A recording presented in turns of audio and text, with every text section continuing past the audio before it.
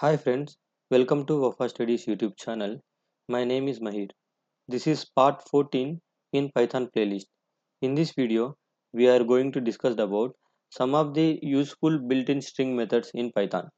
So, strings in Python actually has some built-in methods or functions which will help you to get done some task. There are so many methods available.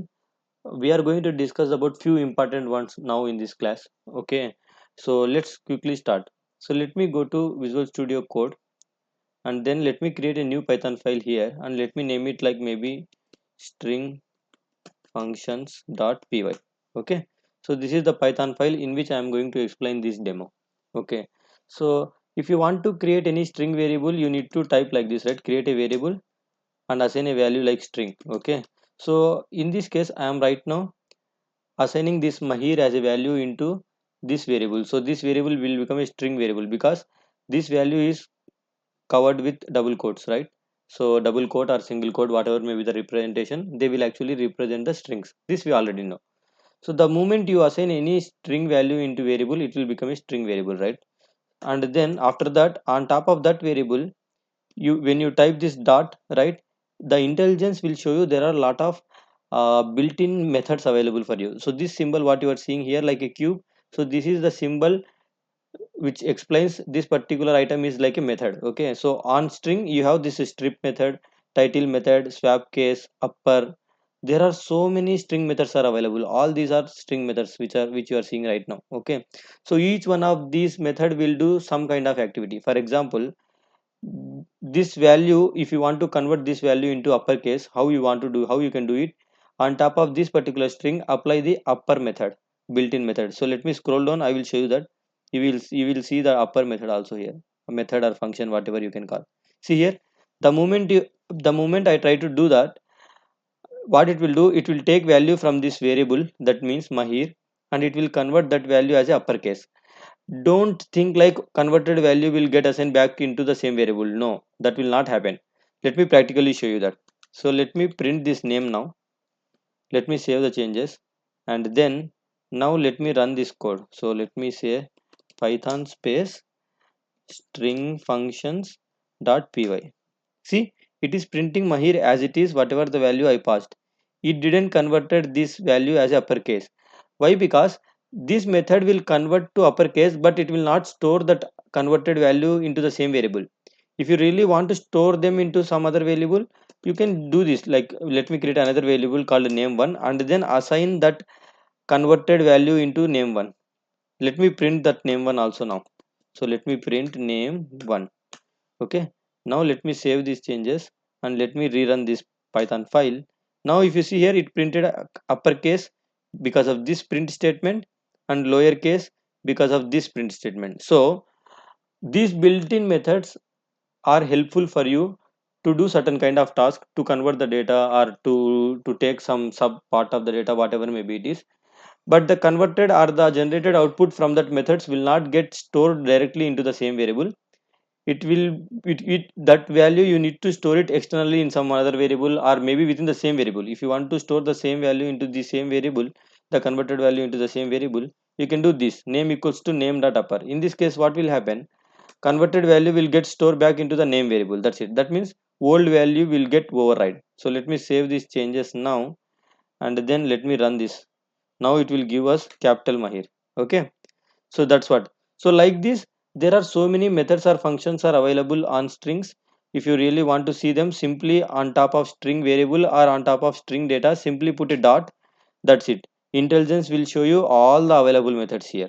Okay, you can see these are all the methods which are available. Okay, so I am going to discuss about few important methods in this class. Okay, so what and all those I have listed them in this particular slide. I am going to discuss about upper, which we have just now seen. This will convert a string into uppercase. Similarly, you have something called lower, that will convert a string into lowercase. Okay, so let me practically show you that.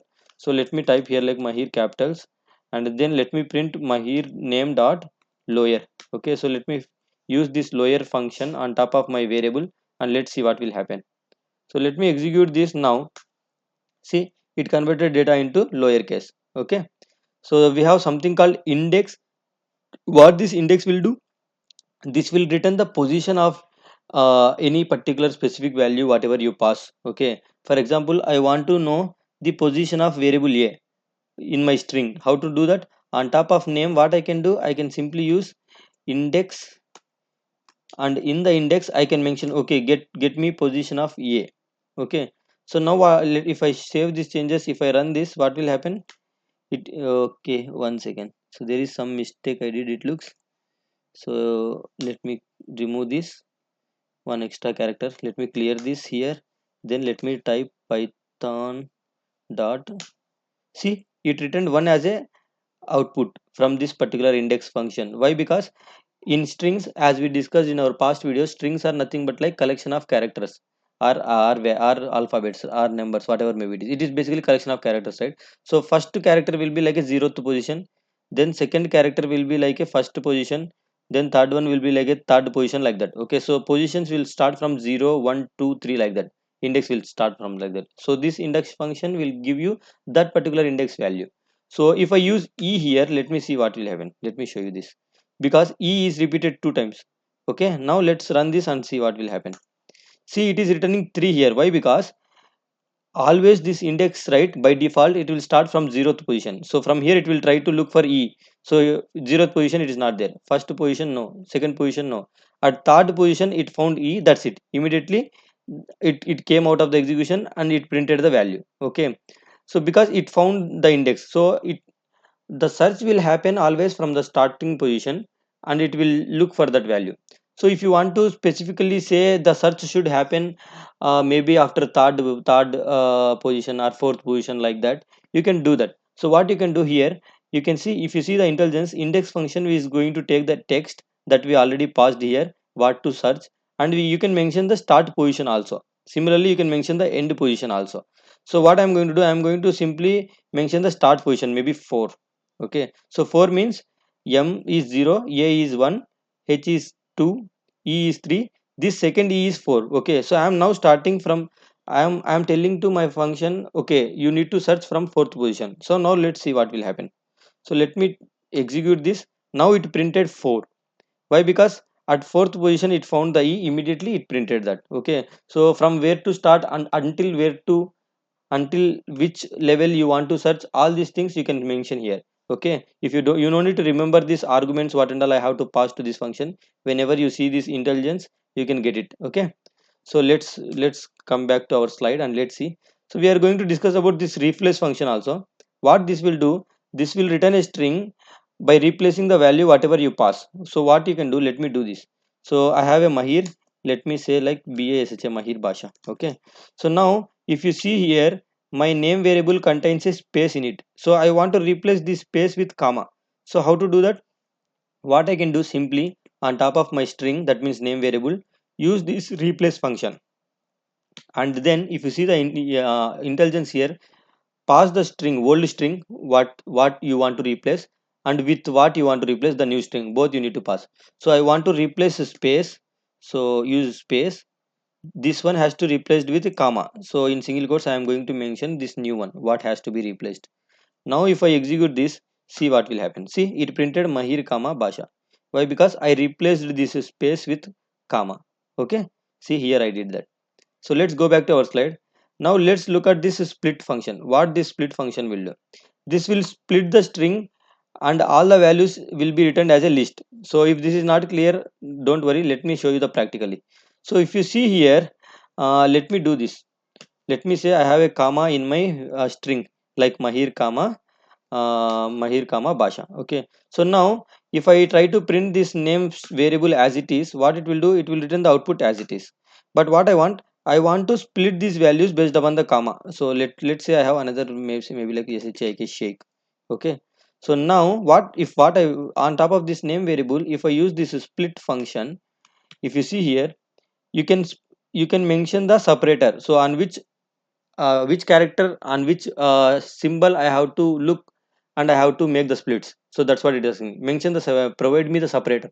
So if I provide a comma as a separator here, what it will do, it will split the string into three values. Because see, from here if you see, first comma occurrence here till here one split, then this is the second split, then this is the third split. like that it will split the entire string into three values, and all the values will be returned as a list. So let me show you that practically. So now I am performing a split. I'm trying to print that. So let's see what will happen.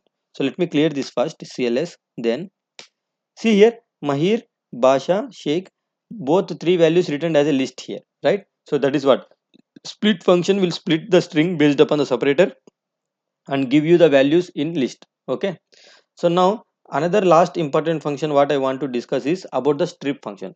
What this strip function will do, it will trim your strings basically. Okay. So for example, if I have a spaces here, maybe like here I have a space like 2 3, and then if I have spaces here, now let's see what will happen. So let's print name here directly as it is without doing anything, and also let's print name once again by performing the strip. Okay. So let's save these changes. Now if I execute this command, see here in the first name variable, in the first here we have a lot of spaces, right? All the spaces are printed as it is, but if you see the second one, there are no spaces. What happened to the spaces? This strip function by default trim your strings at the starting. That means left side and right side, both the spaces, it will trim your string. If you don't provide any argument into this function, then it is going to trim the spaces. For example, if you want to trim the k letter any side at the starting or ending, if you have any k letter I want to trim that, then you can mention that here. So if I mention like k, trim the k. So at the starting I don't have any k, so it won't trim there, but at the end I have a k, it is going to trim that. So let me practically show you that also. So let me save these changes. Then let me clear this, then let me run this. Okay, see here. Okay, so this is the interesting thing. I was expecting a value like MAHER Basha SHAI. K has to be trimmed because I mentioned K value to trim. But why that trim didn't happen? Why that strip didn't happen? The reason is K is not the last word in your string, last character in your string. You have spaces here. So that's the reason it simply ignored all the trim cases. So even spaces are not trimmed because you explicitly mentioned k to be trimmed, but k is not the last character, so no trim happened, no strip happened. So what if I remove these spaces here? Maybe let's remove this, and also let's remove this side also for now. And now let me execute this and show you. Now if you observe, k is removed. Why? Because now my strip function is able to identify k as a last character right side, and it is able to trim that, it is able to strip that. Okay, so that's what this strip function will help you to trim the spaces by default if you don't provide any argument, or you can specify a argument to trim that. So for example, if I have k here at the starting and k at the ending, both the cases, now let's see what will happen.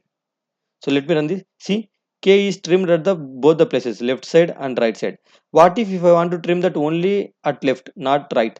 So what you can do, you can use a L strip function. So you can use this. So this will strip your string only left side. L means left. Okay, so now let me save these changes and now let me execute this. If you observe the output, K is removed only at the left side, not the right side, because I want to perform the strip left side alone, not the right side. What if I want to perform only at right side? There is something called R strip also.